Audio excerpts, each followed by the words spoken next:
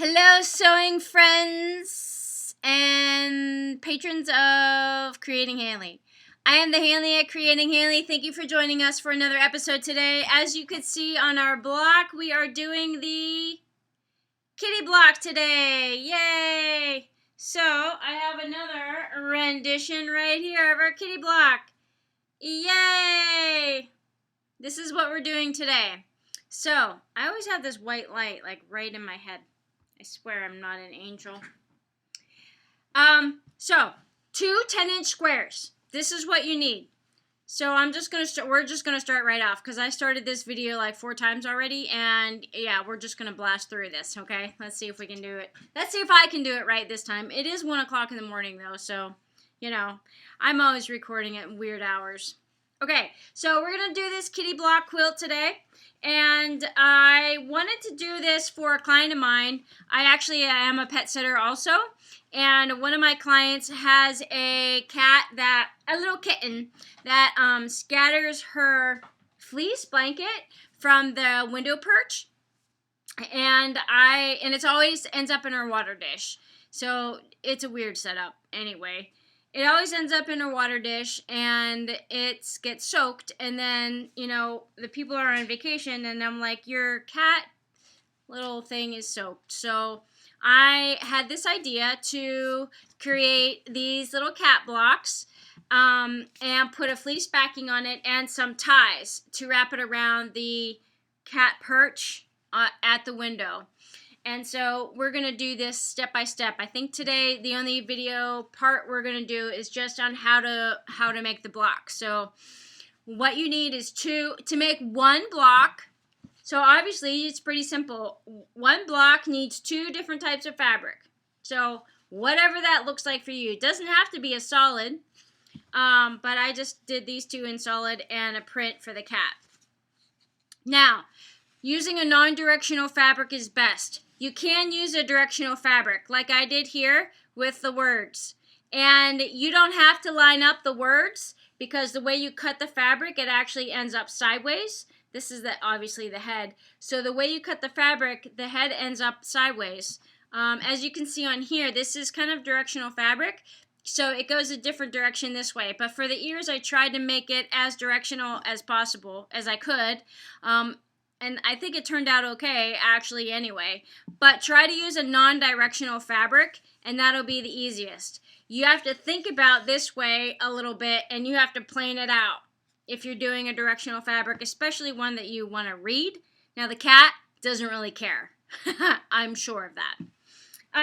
However, we are going to do, I'm just going to bring the camera over here. We're going to do these 2 fabrics right now. This one you have seen before in our shooting star, birthday shooting star, and this one was just a scrap piece. So these are both 10-inch squares. Now the measurements are right here. So you want to cut your 10-inch square in half lengthwise. So now you have a 5 by 10 and a 5 by 10. For the body of the cat, this is the body of the cat, you're going to cut off a 1/2 inch of that, throw that away, or put it in your crumb box. And then you're going to cut a 2.5 inch strip. So from this 5 by 10, cut a 2.5 inch strip and then cut that in half. So now you have 2.5 inch blocks, square. And then on the next piece, sorry about the shaky camera there. On the next piece, you're going to cut a 3 inch by 5 inch block. 3 inch by 5 inch. And that's that. This piece, extra. Toss that in your scrap bin. Now for the background fabric, you're going to cut that in half again. So now you have 2 5 by 10 inch strips. Okay? So put that one aside. That's actually, you're not going to use that one. This piece, cut this in half. So now you have a 5 inch block over here, a 5 by 5. This is going to be your background. And over here, cut this by 2.5. So now you have a 5.5 inch block over here. Cut that in half. You have a 2.5 here and a 2.5 by 2.5 inch block here. See how that worked? Okay. This piece you're not going to need. Put that in your scrap bin. So you need this one for the background and this one for creating the tail. So this part we're going to put right here. So I just folded this fabric, put that right here. So when you fold the fabric, press it down, it creates a sew line. So that when you open this up, you can see right here. I don't know if you can see that. Alright, I'm going to shift the camera so that I'm not holding it and making it all wobbly. Okay, now I'm going to bring this camera down to this work surface right here so you don't see all this underneath. Now, I'm going to put this in your direction. So, on this 2.5-inch piece, I just folded it over and I put it in this corner right here. So when you sew from corner to corner on this line, you can draw a line if you'd like. So you can use just a regular pencil and a straight edge and just draw corner to corner if you want. So you know that is directly your sew line. That's what you want. Okay? Now just to visualize it, when you fold it back over and iron it down, this is what it's going to look like. Okay? That's your body. And then we're going to go from there. Okay, so let's just start doing this, okay? So, let me shift this camera so you guys can see. So, I'm just going to sew right on there. And if you want to use a leader, go ahead, use your leader. Now, because I want to save this little piece right here, I'm going to create another sew line. And I'm creating a half square triangle that I'm going to put in my crumb box. So I just created two lines, and I'm going to cut right down the center.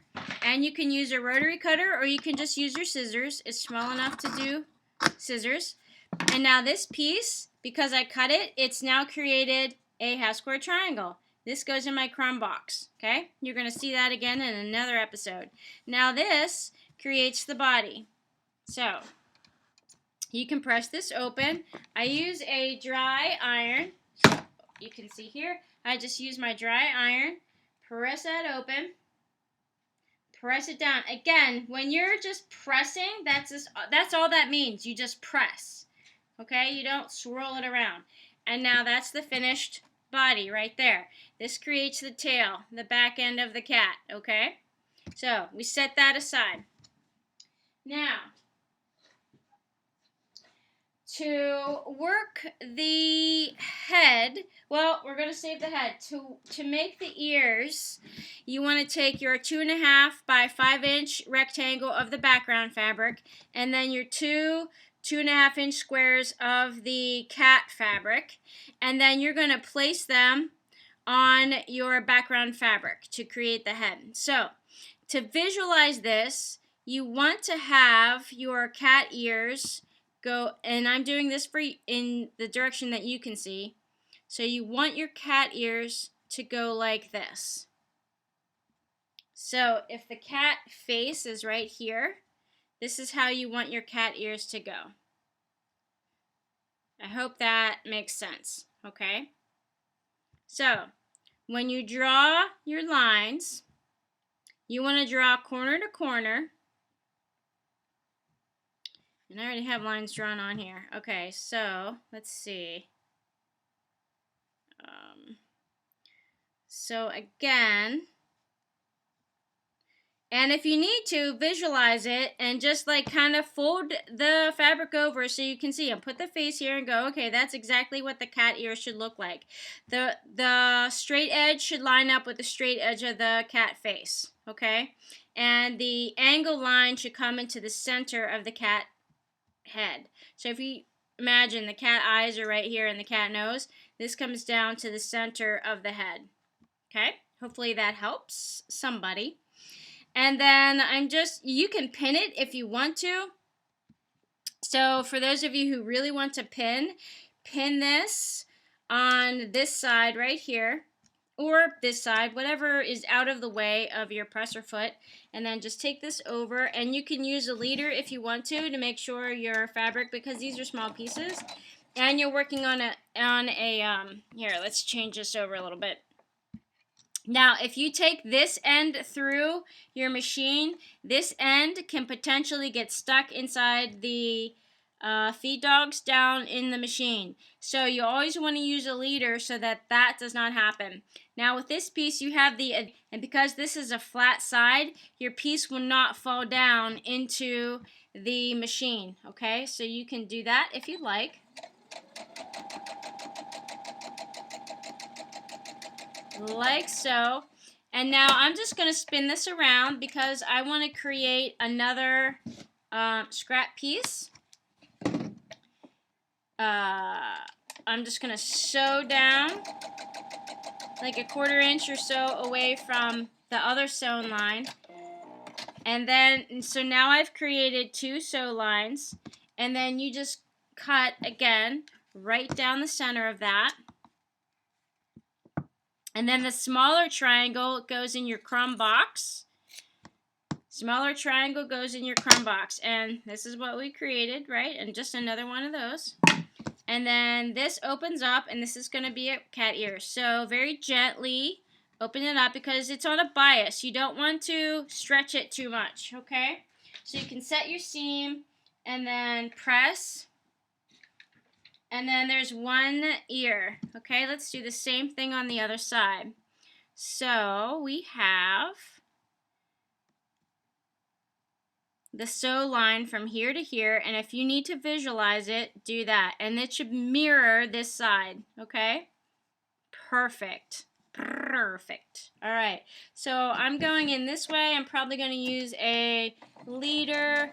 Make sure that is on the same half line there. And again, I'm going to spin this around and create another half square triangle. And I'm just going to cut this leader off. There we go. Release that from the machine. And again, cut right down the center. Now you don't have to create this. This is not a part of your project. This goes in the crumb box for a crumb quilt, okay? That's not part of today's project. If you don't collect crumb quilts, or if you don't collect crumbs, save them and send them to me because I do. And I will feature your crumbs in one of my crumb boxes, or crumb blocks. All right, now we have this going on right here. So now we sew this edge to this edge, and this makes the kitty head. So the ears and the head are now attached. And use a 1/4 inch seam allowance on everything. So 1/4 inch seam allowance. See if I can speed up the speed a little bit. Now my seams are kind of getting a little wonky. I'm just kind of going fast for this video, which means things might get off kilter a little bit. But anyway, let's show you over here. I'm just going to press. So I'm pressing the seam this way, okay?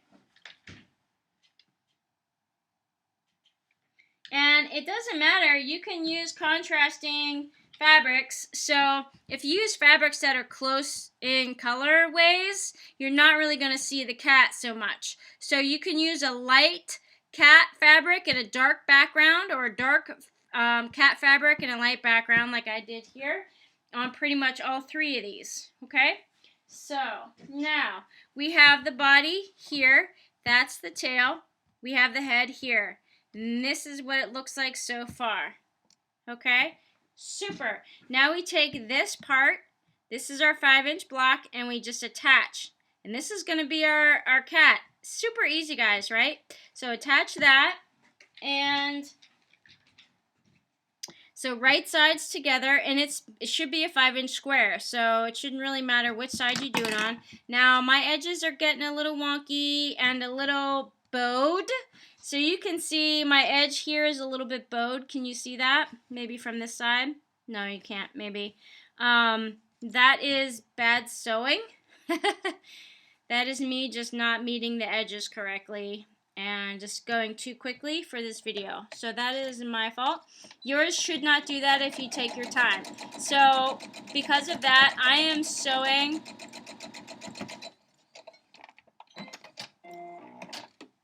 You can see how that sewed. So I just used the background fabric as the edge on which to base my 1/2 inch seam allowance. Okay, and then you open it up, and here's the head of your kitty. So you want to press to the background side. Use your steam if you like. So you press the seam to the background side, okay? And then you attach the head to the body. See how easy that was, guys? So here's what we're gonna do. You line up these edges and these edges. So try to get the body of the cat all in the right place. Okay, and then we sew 1/4 inch seam allowance down here, down the long side. And guys, look how fun and easy and quick that was.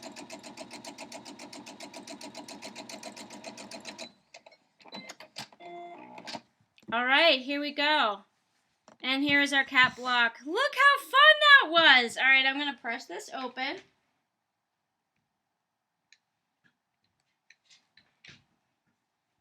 And there is our cat block. How easy was that? Uh-oh, did I do that right? I think I did that upside down, actually, guys. Uh-oh, wait a minute. You know what? Shoot, I'm going too fast. I'm not paying attention. This is not in the right way. So I have to seam rip this out. The tail should be up high. I put it down low, which actually doesn't look bad, but it kind of looks a little bit weird.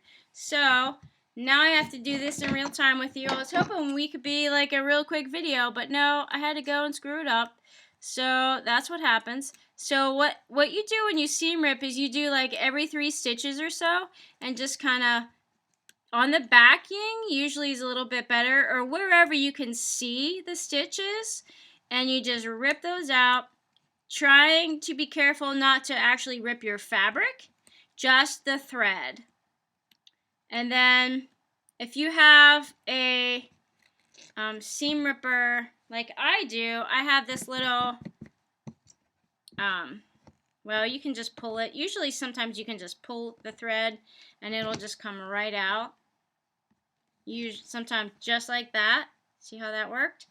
And then you have this big long thread that can go in the trash. Unfortunately, I just wasted some thread, which I don't like to do. And then if you really wanted to get all these little pieces out, I have this tip on my seam ripper, and you just kind of like erase it and gently, so you don't pull your fabric threads. And then you have this little pile, and then you can throw that away. Okay, now let's see if I can get this right, okay? Wait, how does this go? Did I do this wrong? Let me look at at the top. Oh, I put the head on backwards. That's what I did backwards, guys. Okay. I put the head on the wrong side. Now you can do this, that's fine. Now if you put the head over here, you want to put the tail part right here, which is super cool. I just not doing it right today. So I already cut this. I can't really change it, but I can change this part. So here we go. More seam ripping, but I can show you how to do this in real time, and you'll get a different direction of the cat, which is not necessarily a bad thing, really. All right, so, I guess that's my fault for going too fast at 1 o'clock in the morning, right? All right, so. That's what I get for thinking I could do a quick video. Apparently, I'm not supposed to be able to do a quick video. I don't know, guys. I really tried. I don't really like my videos being a ½ an hour long all the time. That's just, I don't know, too long, I think. Anyway, all right. So if you need to, make a picture of your, use a picture. So here we go. So here's what the cat should look like, right? So the tail is at the top like this. Okay. And then the head comes over here like this. Okay. And then the body comes over here, or the background comes over here like this. Okay. So I think I got it right this time. So the head's like that, and the body's like this. I think I got it right. Okay. Super. All right, now let's go to town. I wish I could fast forward this. I don't have that capability on this camera thingy right now set up. So let's just see if I can. Uh-oh. Make sure your seam allowance is going the right direction on the bottom.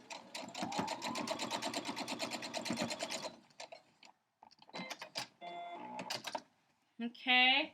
Now, I like to work with a flat fabric, with a flat surface, so I always like to press the seams open. You don't have to every time, but I like to. Alright, now this makes more sense. So here's our background to our background. Okay, so don't do that mistake that I did, but you can see it. You fix it relatively quickly. Okay, so put these sides together. And then I hear the cat, my cat, in the background, trampling on her little squishy mat, her little crinkle mat. Okay, so here we go. This is really wonky now, but you know what? Maybe I can even keep this block and put it in one of my scrappy block quilts or something. But of course, if you give it as a cat bed, the cat recipient is not going to care. There we go. And that is our cat block. Alright. Super, guys. Thanks for playing along today. I apologize for the mistakes. I apologize for my hair. I always apologize for my hair. I don't know. I can't ever get it right. So, thanks for playing along. Tell your friends and sewing family about this lovely and easy cat block, which I actually got from Jenny Doan of Missouri Star. She did this block many years ago, and she calls it Pins and Paws. Her video is called Pins and Paws, and you have to watch the video to see why it's called that. But anyway, a cute little easy simple cat block. It finishes about 9.5, 9.25 inches square or so. So you can add a border to make it 12 inches big if you want to around. Some sashing, you can add sashing in between each cat, or you just place all the cats together. So like this.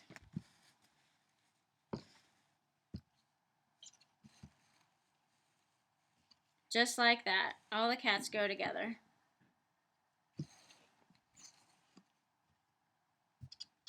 Thank you for watching. Please hit like and subscribe just because I'm funny.